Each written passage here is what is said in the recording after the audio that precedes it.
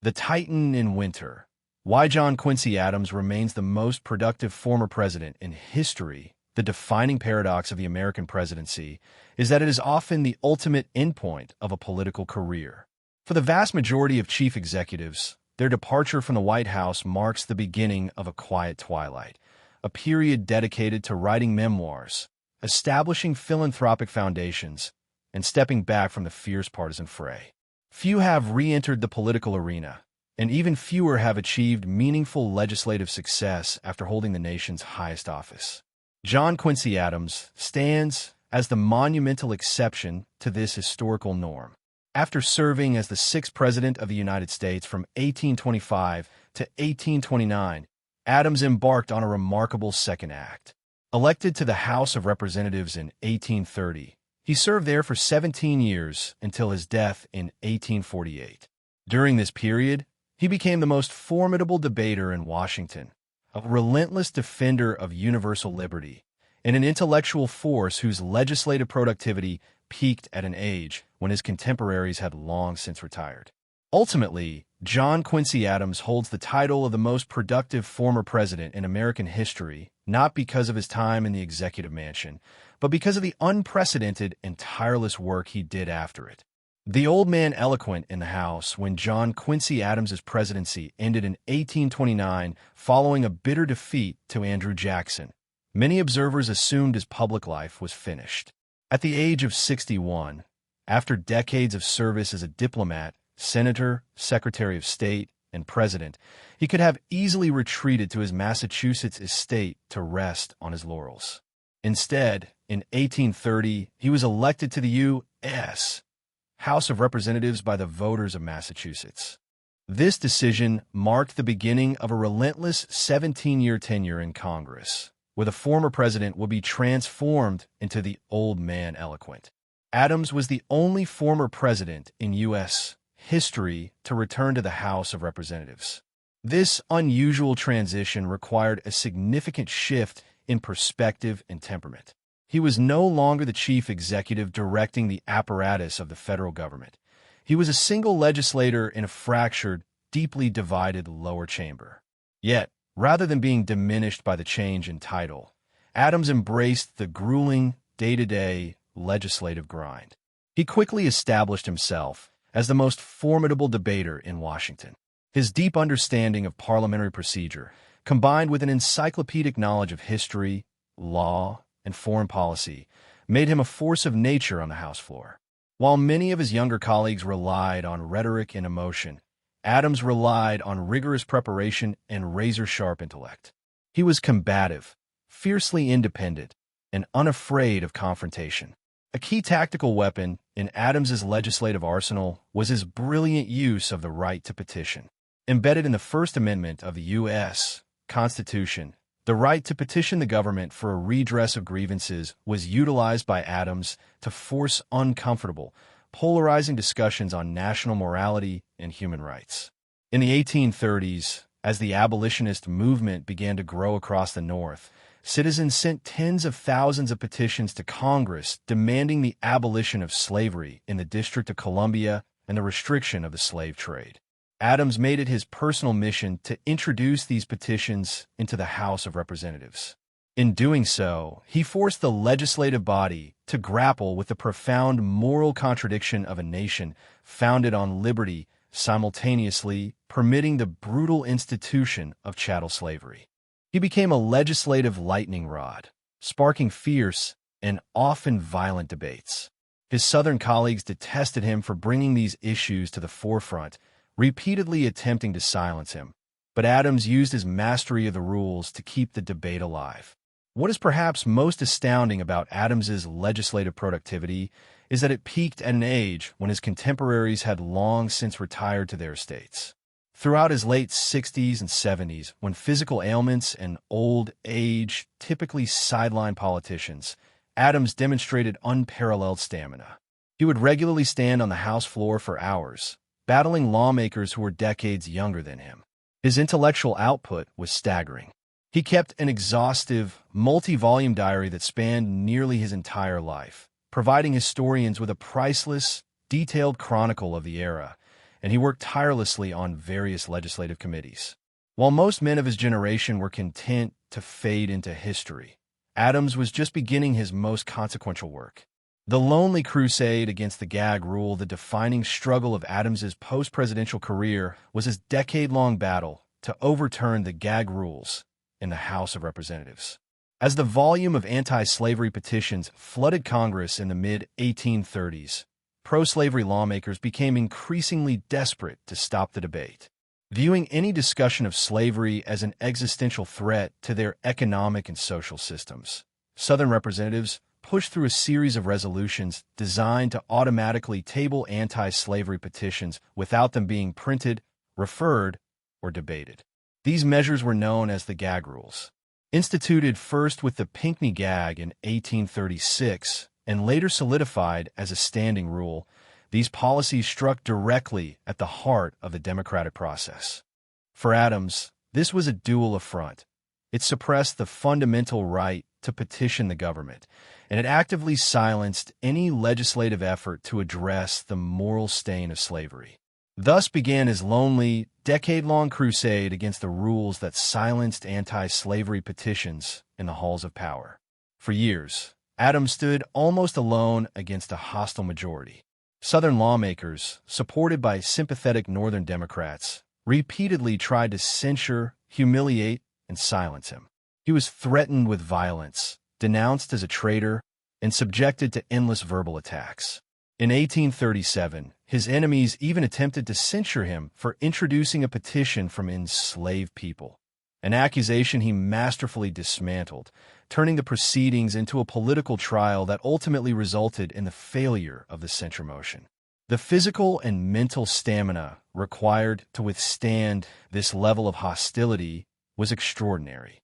Adams was an old man, often frail and battling various illnesses, yet his willpower was ironclad. He possessed an unyielding belief in the righteousness of his cause. He understood that if he gave up, the voice of abolition would be extinguished in the national legislature. He used every parliamentary maneuver at his disposal to circumvent the gag rules, introducing petitions under different guises, baiting his enemies into making mistakes, and forcing roll call votes that exposed the hypocrisy of his opponents. Importantly, Adams was never a radical abolitionist in the traditional sense. He did not advocate for the immediate, uncompensated emancipation of all enslaved people everywhere. Rather, he was a constitutional purist and a gradualist who believed that the power to end slavery lay within the framework of the Constitution. He also firmly opposed the extension of slavery into new territories. It was his defense of free speech, the right to petition, and the dignity of the legislative process that drove his fight, ultimately aligning him with the broader abolitionist movement. Adams's persistent legislative maneuvering connected directly to the eventual shift in Northern public opinion regarding the abolitionist cause. Initially, many Northerners were indifferent to the anti-slavery movement, viewing it as a fringe, radical element that threatened the stability of the Union. However, as the Southern-dominated Congress continually suppressed free speech and the right to petition in order to protect slavery, a growing number of Northerners began to see the slave power as a genuine threat to their own civil liberties. Adams's daily battles highlighted this dynamic. His speeches were widely reported in the Northern press, galvanizing public sentiment. People who may not have cared about the rights of enslaved Africans suddenly cared deeply about their own First Amendment rights. The relentless 10-year struggle waged by Adams gradually eroded Northern apathy.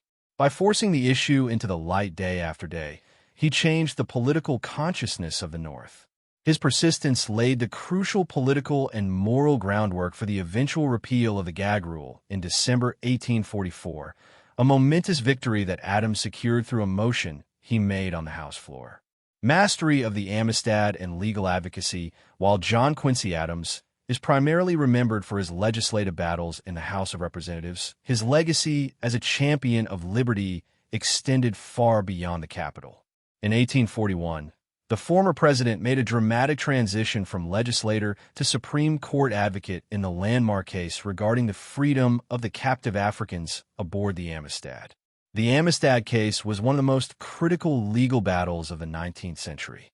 In 1839, a group of people from West Africa were illegally kidnapped, transported to Cuba, and sold into slavery in violation of international treaties. A group of these captives managed to overpower their captors, taking control of the schooner Amistad with the intention of sailing back to Africa. The ship was eventually seized off the coast of Long Island by the U.S. Navy, and the Africans were imprisoned in Connecticut, sparking a fierce legal, political, and diplomatic battle.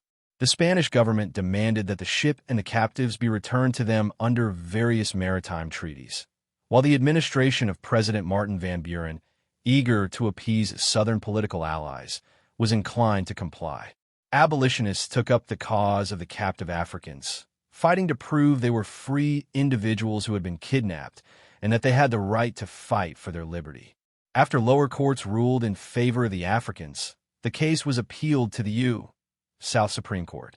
Recognizing the monumental stakes of the case, the abolitionist legal team turned to John Quincy Adams to represent the Africans before the highest court in the land.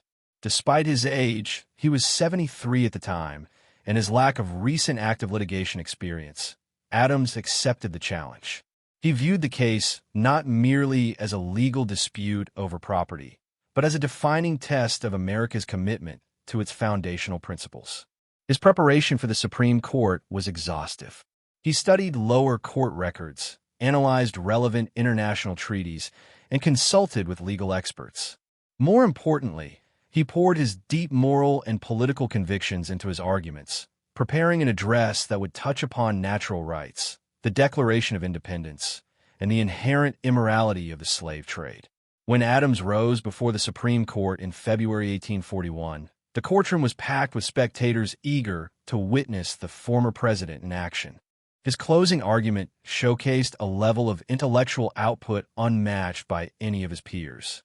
He spoke for nearly 4.5 hours on the first day, and another 4 hours when the court reconvened, delivering a masterful and passionate defense of the Africans' right to freedom. Throughout his 8-hour address, Adams argued that the captives were not property, but human beings who had been kidnapped illegally. He attacked the Van Buren administration for its abuse of executive power and its willingness to bow to Spanish demands. He wove legal reasoning with sweeping moral principles, famously noting that in a court of justice, where there are two parties present, justice demands that the rights of each party should be allowed to himself. He appealed to the conscience of the court and the core ideals of the American Republic. The impact of Adams's intellectual and rhetorical performance was profound. The Supreme Court ultimately ruled in favor of the Africans, declaring them to be free individuals who had the right to resist oppression and return to their homeland. This historic victory cemented Adams's legacy as a defender of universal liberty, rather than just a former executive who had served a single, largely unremarkable term as president. The Amistad triumph demonstrated that Adams's capacity to fight for justice was not bound by the walls of the Capitol, cementing his status as a true champion of human rights. A legacy sealed on the House floor, the final chapter of John Quincy Adams's life was as dramatic and purposeful as the rest of his post-presidential career. He remained an active, engaged, and tireless member of the House of Representatives into his 80s. Frail, hard of hearing, and physically diminished, he refused to abandon the legislative battlefield. His colleagues, regardless of their political allegiances, held him in deep reverence, often deferring to his immense experience and moral authority. On February 21st, 1848, the end of this extraordinary life arrived in a manner that seemed scripted for history. While the House of Representatives was in the midst of a heated debate regarding honoring officers who had fought in the Mexican-American War, a war Adams had vehemently opposed, he rose to cast his vote. Moments after addressing the Speaker of the House, the 80-year-old former president collapsed at his desk after suffering a massive cerebral hemorrhage. Chaos erupted in the chamber as colleagues rushed to his aid. The stricken lawmaker was gently carried from the House floor into the Speaker's room, located inside the Capitol. Surrounded by his colleagues and the trappings of the government he had served for so long, he lingered for 2 days before passing away. His reported final words were a quiet summation of a life filled with relentless action and public duty. "This is the last of Earth. I am content." John Quincy Adams died exactly where he had chosen to spend his twilight years, actively participating in the legislative process, fighting for what he believed was right. His death on the House floor was a fitting conclusion to a career defined by an unwavering commitment to public service and a refusal to be silenced. The life of John Quincy Adams provides a unique and powerful Adams blueprint for a life of continuous impact that transcends title or status. In modern political culture, there is often a fixation on titles and the power that comes with high office. Many former presidents view their post-presidential years as a time for lucrative speaking fees, memoir tours, and enjoying the privileges of their exalted status. Adams's post-presidential career completely shatters this paradigm. The Adams blueprint dictates that a title is not a culmination, but merely a stepping stone to further service. It teaches that true productivity is not defined by the office one holds, but by the actions one takes. Adams demonstrated that even after reaching the pinnacle of political power and subsequently facing devastating electoral defeat, an individual can continue to contribute significantly to society. By accepting a lesser title, that of a simple representative, and dedicating himself to a deeply unpopular but morally righteous cause, Adams showed that true influence comes from moral courage and intellectual perseverance, not from executive authority. The Adams blueprint further emphasizes a commitment to lifelong learning and engagement. Adams did not let his age or physical limitations deter him from continuing his education, preparing complex legal arguments, or drafting legislation. He understood that the struggle for justice requires constant effort and adaptation, as seen in his transition from a legislator to a Supreme Court advocate. He remained an avid reader, an obsessive chronicler of events, and a vigorous debater until his final breath. Ultimately, the story of John Quincy Adams challenges the modern audience to redefine its understanding of success and legacy. In an era characterized by rapid political burnout and a tendency for leaders to seek comfort and financial gain after leaving office, Adams stands as a towering reproach to complacency. His post-presidential years invite modern citizens, politicians, and leaders to reconsider what it means to be a statesman. The modern audience is challenged to ask, is the goal of a political career the attainment of power, or is it the utilization of that power to effect lasting change? Adams proved that a former president can achieve far more through moral leadership in the trenches of the legislature than through the passive enjoyment of past titles. He challenges today's leaders to remain in the arena, to fight for civil rights and human dignity regardless of personal cost, and to recognize that the work of building a more just society is never truly finished. John Quincy Adams remains the most productive former president in American history because he refused to let his legacy be defined by a single, often difficult presidential term. Instead, he chose to dedicate the last 17 years of his life to a perilous fight for free speech, the right to petition, and the freedom of enslaved people. By doing so, he transitioned from a beleaguered former president into a revered champion of liberty. His life serves as a timeless testament to the power of perseverance, the importance of moral conviction, and the enduring truth that true impact transcends all titles and status.